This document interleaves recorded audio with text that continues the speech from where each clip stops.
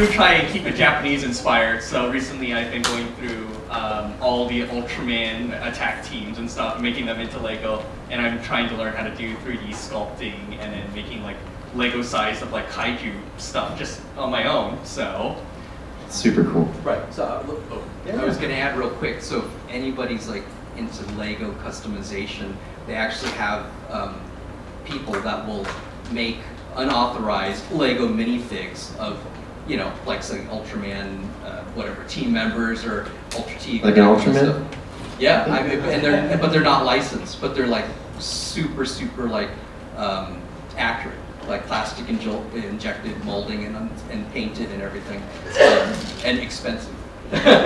Quality. Yeah. And for some odd reason, it's mostly Chinese guys doing it, but no knock on China, but yeah, I mean, so yeah, that's what he's been collecting. That's awesome. Yeah. So who would you guys say is your favorite kaiju? I know it's kind of a generic question that gets thrown around from time to time, but we're kind of curious. Who would you say is number one with a bullet for you? Okay, so I'm going to count all the Godzilla shirts here. So it's got to be Godzilla, right? It's got to be close, right? Like, well, okay, to be honest, since I'm a huge Ultraman fan, you know, I've got to go with Balton and, you know, Gomora, Red King, Alien Zarab, I mean, Dada, like all the classic ones. Yeah, I can't. Yeah, oh, well, you know. Tons of love. Godzilla with the frill, that's okay. Yeah. Keep it classy, you know? Here, I'll let my son. Okay, well, he raised me, so it's mostly Ultraman kaiju for my life, but I have been watching a little bit more Godzilla with my girlfriend because she really loves Godzilla. So right now, I haven't watched all the Godzilla movies and stuff, but I'd say like, I really like Gigan. I really Gotta love the space chicken. Absolutely love the saw right in the middle. That always gets me. The colors are absolutely beautiful, green and gold. For Ultraman kaiju, it's a little bit of a weird taste. It's I don't think anyone here is a super Ultraman fan, but from Return of Ultraman, I like Prisma.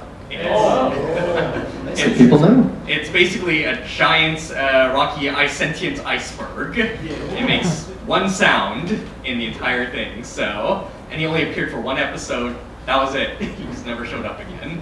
But That's I don't know. awesome. I just like the glowing rock. I know it's a weird thing for a kaiju thing, and my favorite is rock. The Rock. I will go with The Rock. No, they understand. We're amongst friends. Yeah, right. They The get weird it. obsession. So. Exactly. Yeah. So, if you guys had to say your favorite piece that you've made so far, what do you think you would attribute that to? Oh, wow. Tough question, I'm sure. So in terms of like Max Toy The one type you're of the stuff, most proud of, yeah. I mean, it has to be our Kaiju Izon, which is like are the today. one with the multi-eyes, yeah, and it's basically it's a mutant space potato. Now, at the time when I announced what it was, a lot of people hated that. They're just like, no, like it can't be a potato. I don't, you know. But it has like little tuber kind of things coming out of it. It's got all little eyes, and so that, you know, we've made many iterations by different artists, and they've designed. In fact, we're working with a guy in Mexico, Frank Mysterio, to do an Aztec flavored Izon. That's going to be amazing. That's coming up, so yeah, check that out. But yeah, Izon is by far like our most popular kaiju that we make. Yeah. And what about for you, Max? What would you say your favorite thing you've done so far is?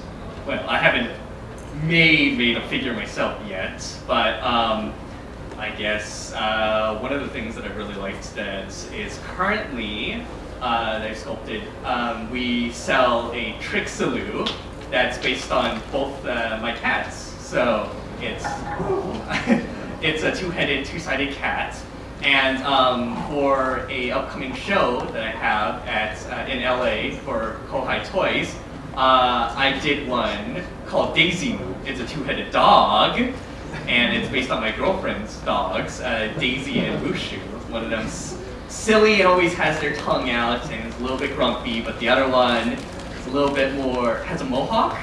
That's the closest, I don't know, just permanently had a mohawk. But I just thought that was absolutely adorable, so that's my favorite thing that I've made. That's really cool. And they're like, I don't know if you guys ever watch Cat Dog. It's like a connected body and then like a head and a head. So basically that's what Trixie Lou is. Yeah. So It's our two black cats on either side. So yeah. Okay, so I'm going to throw you kind of a crazy one here. So, -1 is super popular, right? Yes. Everybody loves -1. Yes. And the question has kind of arisen, do you think there should be a -1 2.0, if you will? How do you boy. personally feel? Okay, so I'm the old grumpy guy. I feel like if something's perfect, Leave I it almost don't. I mean, it's possible the second one could be equally, if not better, right? That's what everybody hopes. But then, Hard to do.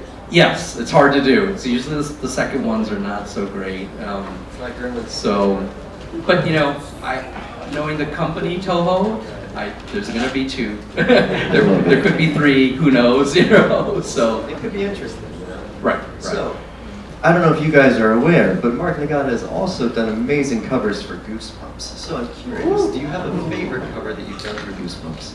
Yeah, so to back up a little, before I did the toy stuff, I was a commercial illustrator, and one of the assignments that I had was maybe about 2 or 3 years worth was doing the covers for Give Yourself Goosebumps. So it's not the main line, I was kind of like the B team or whatever. Still counts. And you know, at the time when I was doing the covers, I mean, I had a lot of fun because they're all goofy and, you know, kind of crazy and whimsical. But I had no idea what the reach was or the impact was, because for me, I wasn't reading the books. It was just like a job, right? It's like they'd give me a synopsis, like, you know, skeleton on a roller coaster, you know, with a stormy sky, and then I do some sketches, and then I do the painting, and you know, There it is. yeah, it'd show up as a book 6 months later. But in the meantime, the next assignment would come in, so I totally forget about that when you go on to the next one and just keep churning them out like like a treadmill. But it's so cool. Like even today, there's a few of you guys who've come up to me and you remember. You know, Really? Yeah. Yeah, you remember the Goosebumps books, and so I think that just means I'm old because what was that, like 30 years ago or something crazy We're like all that? getting old. Yeah, I'm just like, yeah, that's right. It's been a while. I keep telling my wife, like, was that 10 years ago? And it's like, no. You know? Yeah, I am a classic. So it's like I just turned 60, and I'm like, sound for Mark for turning 60. That's amazing. And they just celebrated their anniversary, so can we give a round of sound for that? I have to. Yeah, so it's like, I guess that's how nostalgia works, right? Exactly. Everybody's into the Turtles now and He-Man and 40th anniversary, it's crazy. Right, Yeah. right. But for me, I'm go back farther, right? So I'm like more the 60s, 70s kind of era of toys. I did collect some action figures in the 80s and 90s, but you know, like early Spawn and stuff. But for me, that was a phase, right? But the Japanese toys have always been Lifestyle. consistent. Yeah. It's Yeah, amazing. yeah. So Max, do you have any dreams or hopes to possibly do a book cover, something similar like Goosebumps or anything like that? Oh yeah, I think that'd be really fun. I'd have to think about how to stand out from him though, because I think you can do it. the hardest thing is the signature, because his last name's Nagata, mine is Nagata, but it doesn't help that our initials are exactly the same. Maybe if I name my kid the same initials, we'll have 3 problems. That would be amazing. Well, I was gonna say, so my company is called Max Toy Company, obviously named after Max. And I always get these emails going, "Hi Max." And so even when he was little, I'd go like, "Hey Max," you know, he's 6 years old. You know, it's like, "Hey, there's an email for you," you know. Maybe you should have had me reply to them at a young age. That would have been priceless. That would have been pretty funny. So do you guys envision yourself working on a dream project that you haven't yet tackled? Is there something that's on your list that you would absolutely love to do together? Well, number one, I've been on him to design his own figure. That would be Because I amazing. said, before I retire, if I can ever retire, like, you definitely got to make your own sofubi, right? I mean, priority number one. That'd be a big deal. So I know it's hard for him, right? Because he sees what we produce and he wants to stand out, or he wants it to have his own flavor. So no pressure, but We believe in you. do it soon. But in terms of like a dream collab, I mean, like every few months we'll do like a father and son painting release, Right. where we'll customize toys together, and then a few of those toys will be like one half I'll paint and the other half he'll paint. So yeah, that's fun. Such a cool thing. But I was just also wanted to add, I've never pushed him to do any of this stuff. Like I've always encouraged, if you want to learn, I'm more than happy to, let you know and how to do it, and obviously wear gloves, spray outside, wear a mask. Safe. Yeah, these paints are super toxic. But beyond that, mostly have fun, right? I That's the if key. Yeah, like if this is like drudgery to you, it's like, don't do it. It's like you don't have to do it, And so, at this point, he's having a good time doing it. But I told him also in terms of like even my career, I've always done different things just because something doesn't work out, if that makes any sense. Oh, So then 100%. you have to pivot, and being an artist, sometimes just, like I was an illustrator for what, 12, 13 years, then Photoshop came in. And because I was using an airbrush and everything looked super slick, almost all my work vanished within a 6-month period because they could get their guy in-house to just click, use Photoshop, put a gradation or, whatever Right. that I was being paid prior to that, like thousands of dollars to do by hand. So I had a chance to kind of pivot and go digital at that point, but it's just not me. I took classes and I was just like sitting here going like, I'm just looking at the screen and I'm, Not the same. Yeah, it's not tactile. It does not yield an original, a unique kind of piece of Which artwork. matters, yeah. And no, diss on digital guys. I mean, just some really amazing work. And even my son works mostly digital. But when he went to art school, I told him, get your foundation. Like, do your figure drawing. Do your live drawing. Do perspective. Learn how to use a pencil. And Foundation, yeah. those are all skills that you can always use. And even when we paint, when he first started learning, I was telling him, like, think in terms of gradations.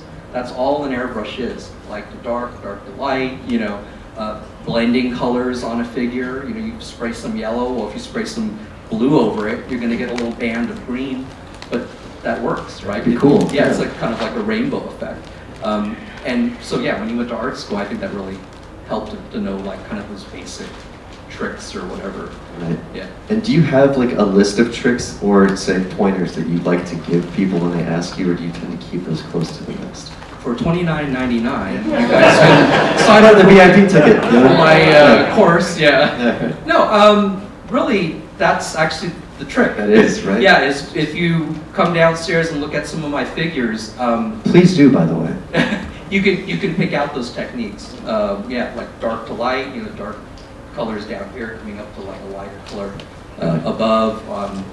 It also depends on the vinyl type. If I have a clear vinyl or glow in the dark vinyl, I might approach the color work a little bit differently. But I could have Max talk a little bit. I mean, his color theory is like a lot better than mine. I really only use like maybe a handful of colors, red, blue, yellow, silver kind of things. But yeah, he's much more sophisticated in terms of like his blending and stuff. So how did you develop your theories that you typically fall back on? It's mainly like, well, if I got a blue, I gotta think of like I don't know, maybe a green or a purple. It's usually that sort of stuff kind of close within each other. Or if it's something dark, I need something that's extremely bright that pops out. Like purple's really dark, or blue. I use a yellow or something like that. I mean, it's part of an art color theory. I mean, it looks good, but the other thing that kind of restricts me is because I'm constantly thinking about that. It has to be like, these two go well together. It's proven to work, but the other problem is that I get so fixated on this kind of stuff that I I can't leave it. I don't know how to really describe it. So part of me also wishes that I could be more a little loosey-goosey like my dad, just pick out whatever. Loosey-goosey? Just pick out whatever is in front of him. He's just like, he just picks out a yellow, he's like, all right, I'll use this. And then he has like 15 bottles outside, and he's like, all right, Max, it's all yours. So, but no, I mean, if you take a look at like all these paintings and even in like Godzilla films, you see like there's like a common color theme that you always see, like nighttime's always blue, or like if something's like about to explode, it's like red, full of yellows. Like that's the easiest to pick on, like where I pick on my colors. So I think that's the questions that I had prepared for you guys. Would you be interested in taking a few questions from our audience here? Of course. Does anybody have a question that they would like to ask Mark and Max Nagata? Anyone at all? Anyone at all? Okay, yeah.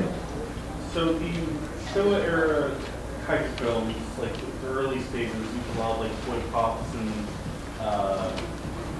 toy set pieces and things like that for the kaiju story.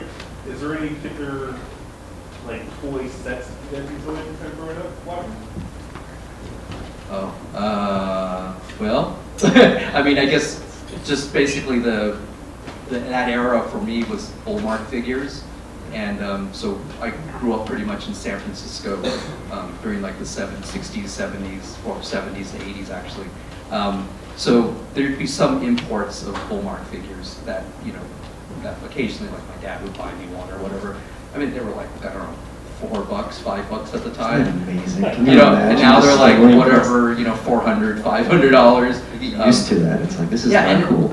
and I would play with them. Like I would like fireworks and, you know, put sparklers in their mouths and stuff. And so yeah, but my childhood ones are totally trash. They were loved, you know? Yes. But now if I could go back into the time machine, I would have, you know. Put it on a shelf. You know? Exactly. Never opened it. Yeah. I mean, that's the funny thing is I think for me personally, I always played with my toys, but subsequently I've met other collectors who are like the same age as me, and they were already buying one to open and buying one to save. And I was like, where does that even come from, right? Like, I don't think I had that collecting gene. Other guys were like, had pen pals in Japan to like trade movie posters, so they would buy like Creature from the Black Lagoon one-sheets here, which were cheap back in the day, and then they would send them to Japan to get like Godzilla posters and stuff. It was like a one-to-one type of trade, yeah. But, you know, I was thinking, wait, you were like 12? You know, like 13? Like, how does that even work, right? You know, like, my mind wasn't even thinking about that kind of, you know, transaction, right? Right. So much later, but yeah. It's a great question. Anyone else? Yeah. Can I get a picture of y'all, Ryan, over here? If I must be, I mean, this is the reason why you guys came. I'm just kind of You're in here. front of Max's name, that's all.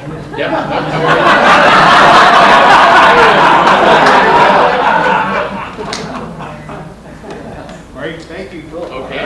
Thank you. It's our long lost son. Hey. Oh, I think there's. Yes. So as a discerning fans of the Ultra series, what are your favorite Ultraman series? Ooh, favorite Ultraman series. So for me, number one's got to be the original Ultraman. Ultraman 66. Yeah, 66. But then I actually really love Ace.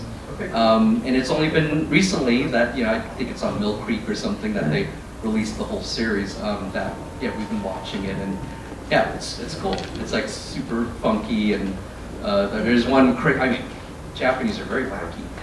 There's one episode I think where a kid is like always wetting his bed, and is that? Yeah, that was Yeah, I was like so shocked. It's like, What's happening? yeah, like it's a kid's show. It's like he's so traumatized. But that's the point. That was the point. Right. Yeah. What about you, Max? What would you say your favorite is? always hard to pick favorites. Yes, I know. I love Tiga. I always. And then recently I started watching.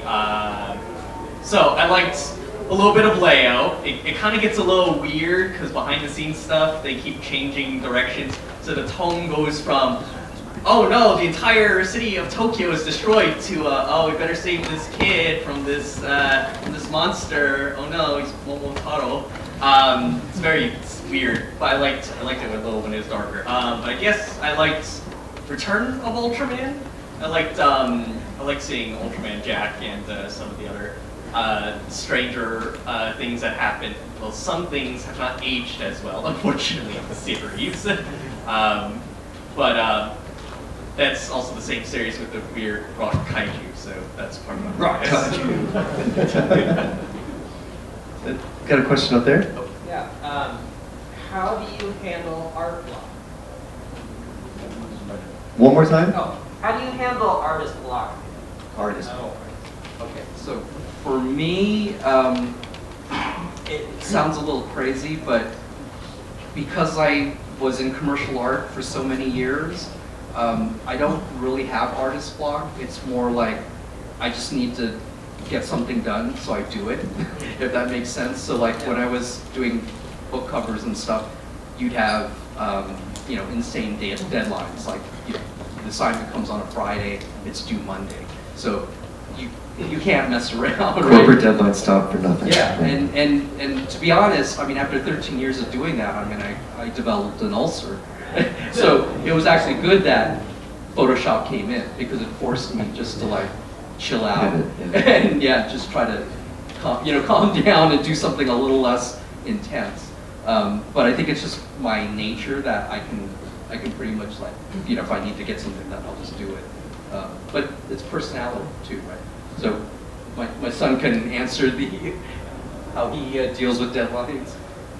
I mean, I've inherited a little bit of just get it done, but if you don't have like any hobbies or something else to kind of think about like art and stuff, I suggest it's even though like art deadlines are always so tight and sometimes it's tedious, you're time restrictive.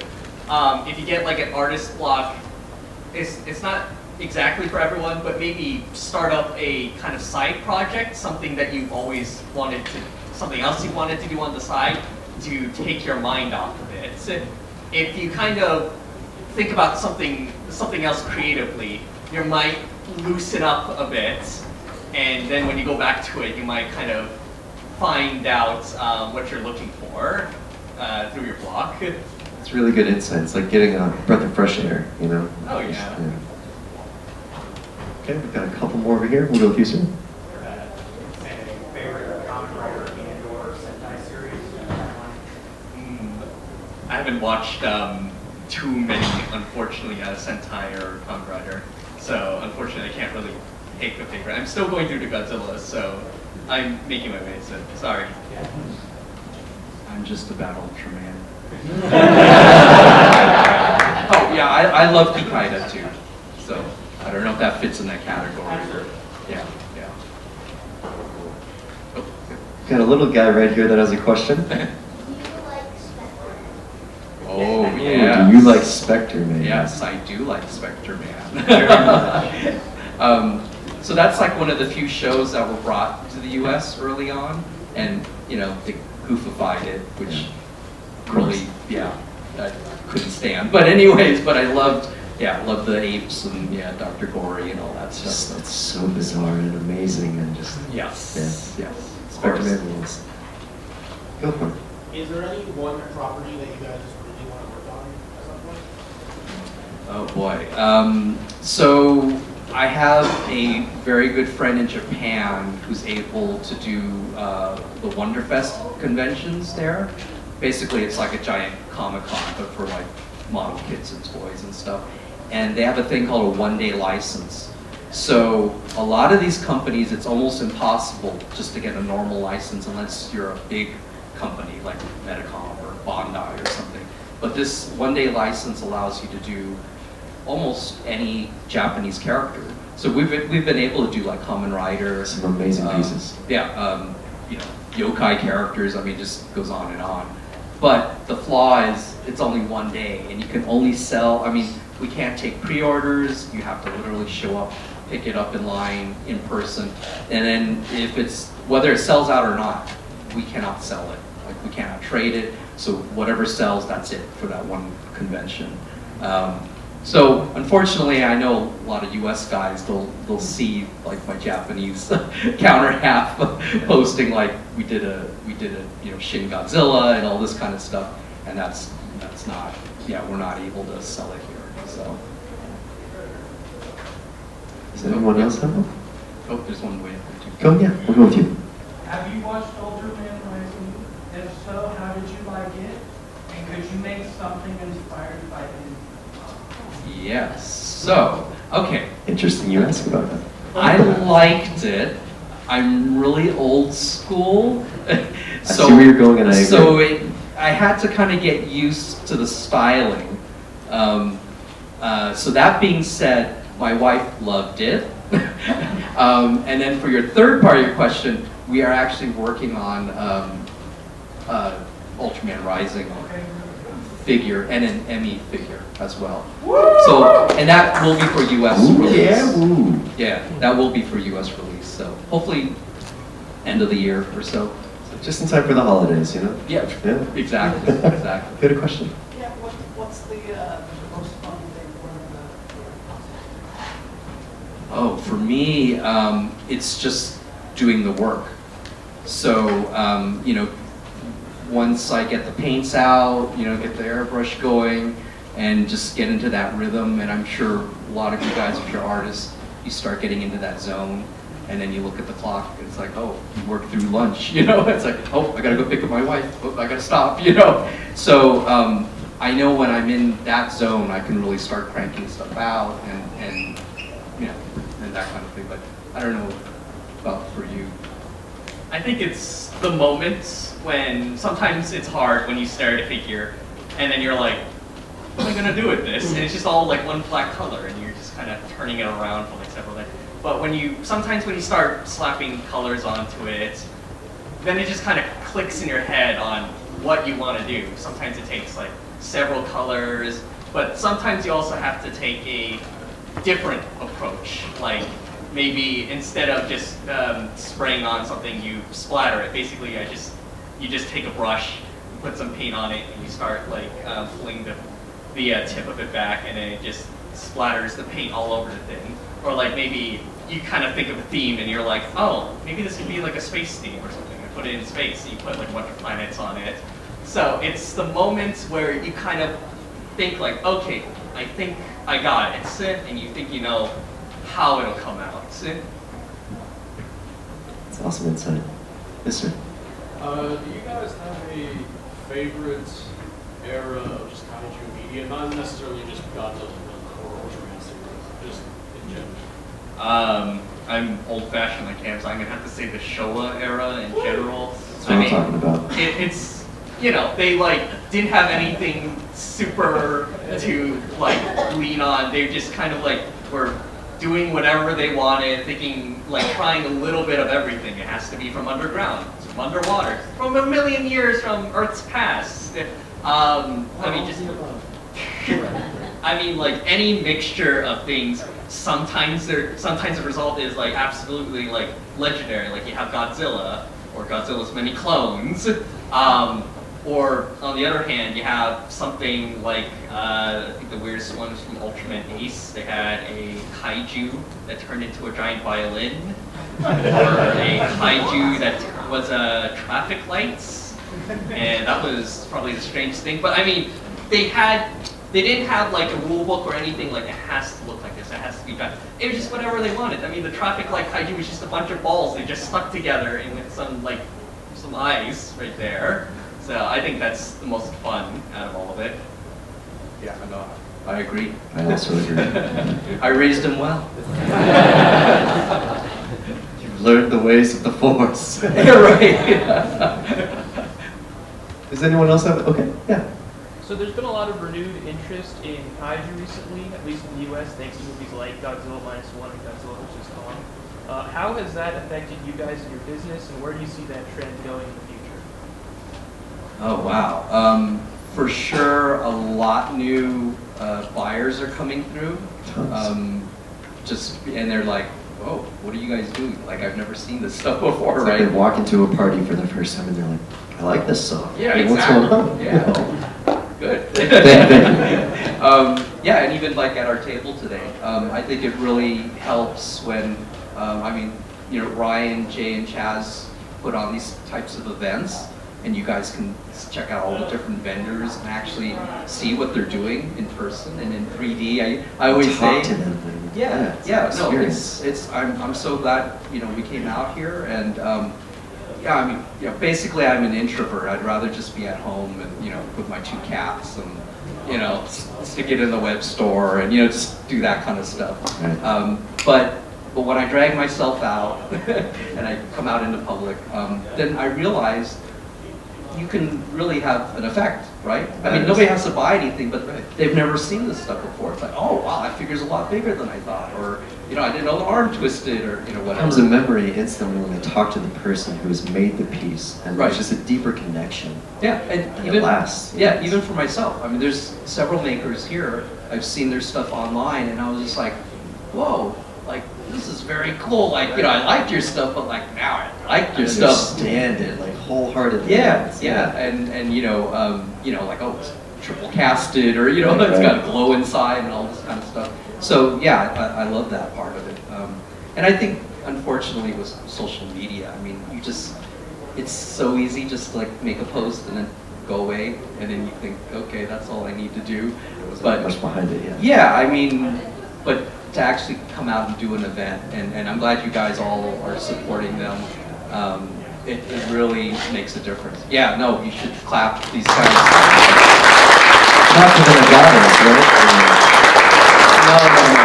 I mean, you know, thank you guys for coming out. It's really awesome, and you know, especially after the last few rough years of a certain virus out there. Right. Yeah, I mean, it really, you know, I mean, I think we became cavemen, just sitting there painting, and you know, no, you can't come over, you know. It halted things, but like Godzilla does, you know, we came back roaring to do things like this. And G-Fest this year was insane.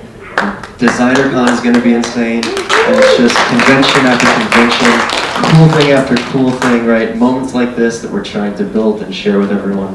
And this is what it's all about, you know. So thank you guys so much for coming out to Kaiju Go 2. And if you guys are interested in watching some Ultraman, we're going to be showing some Ultraman, I'm pretty sure, here.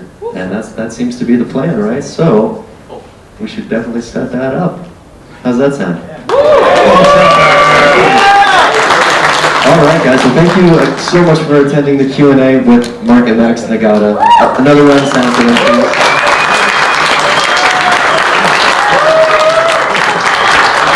And I will be giving the mic to JP.